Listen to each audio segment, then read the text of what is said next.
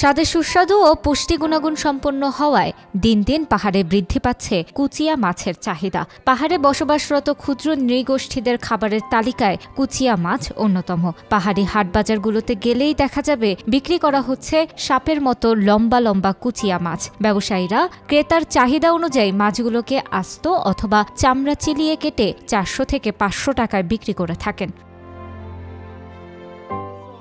পার্বত্য জেলা খাগড়াছড়ি পাহাড়ি বাজারগুলোতে মসৃণ ত্বক বিশিষ্ট ও আঁশবিহীন ইল প্রজাতির সাপের মতো দেখতে পাওয়া যায় কুচিয়া মাছ। প্রাকৃতিকভাবে এ মাছ অগভীর জলাশয়, খাল, বিল ও প্লাবনভূমিতে পাওয়া যায়। পাহাড়ে বসবাসরত ক্ষুদ্র নৃগোষ্ঠীদের মাছের তালিকায় কুচিয়া মাছ অন্যতম। পাহাড়ের চাহিদা অনুযায়ী কুচিয়া মাছের চাষ না হওয়ায় ব্যবসায়ীরা বাংলাদেশের ঢাকা, কুমিল্লা, ফেনী, সিলেট সহ বিভিন্ন জায়গায় থেকে এ মাছ সংগ্রহ করে নিয়ে আসেন। কুচিয়া মাছ ঔষধি গুণাগুণ ও পুষ্টিমান সম্পন্ন মাছ হওয়ায় শারীরিক দুর্বলতা, রক্তশূন্যতা, অ্যাজমা, রক্তক্ষরণ, ডায়াবেটিস, বাতজ্বর, পাইল সহ বিভিন্ন রোগ প্রতিরোধে ভূমিকা রাখায় চাহিদা বৃদ্ধি পাচ্ছে দিন দিন। খাগড়াছড়ি বাজারে একটি কুচিয়া মাছ 250 গ্রাম থেকে 1.5-2 কেজি ওজনের পাওয়া যায়, যার বর্তমান বাজার মূল্য সাইজ অনুযায়ী 400 থেকে 500 টাকায় বিক্রি হচ্ছে। তবে ক্রেতার চাহিদা অনুযায়ী ব্যবসায়ীরা এই মাছগুলোকে আস্ত অথবা চামড়া চিলিয়ে কেটে বিক্রি করে থাকেন।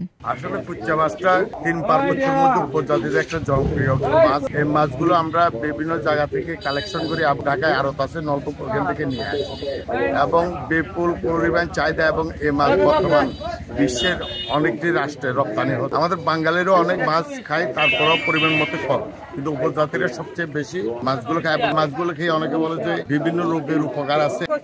রক্ত বেশি হয়, শক্তি হয়, স্বাস্থ্য হয়, স্বাদ ভালো আছে।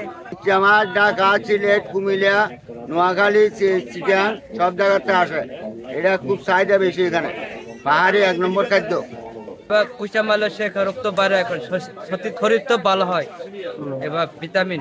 কুচিয়া মাছ পুষ্টি গুণাগুণ সম্পন্ন একটি মাছ। এই মাছ বেশ কয়েকটি রোগ প্রতিরোধে ভূমিকা রাখে। পাহাড়ি বাজারে ক্ষুদ্র নৃগোষ্ঠীদের এই মাছের বেশ চাহিদা রয়েছে। বাণিজ্যিকভাবে যদি পাহাড়ে কুচিয়ার চাষ করা যায়, যুব সমাজের বেকারত্ব ঘুচবে বলে মনে করেন এই কর্মকর্তা। এখানে পাহাড়ি যারা আছে ক্ষুদ্র নৃগোষ্ঠী, তারা এটা খায়, বেশ চাহিদা আছে। তো চাহিদার তুলনায় এখানে যে উৎপাদনটা, যে প্রোডাকশনটা, সেটা কিন্তু খুবই অল্প পরিমাণ কুচিয়া পাওয়া যায় এখানে।